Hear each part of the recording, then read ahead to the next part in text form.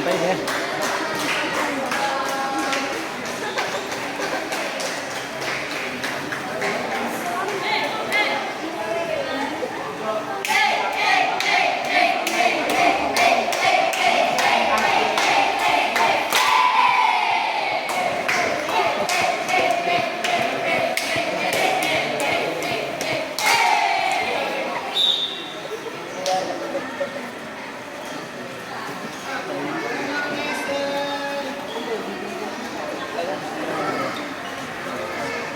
Volleyball fans, friends, ladies and gentlemen, good afternoon.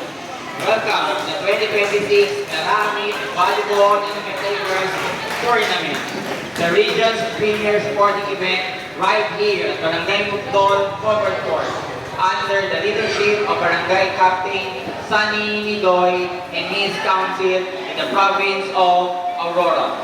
Presenting the competing team for volleyball elementary girls match number 33 from Central Azucarera de Tarlac, representing Tarlac City,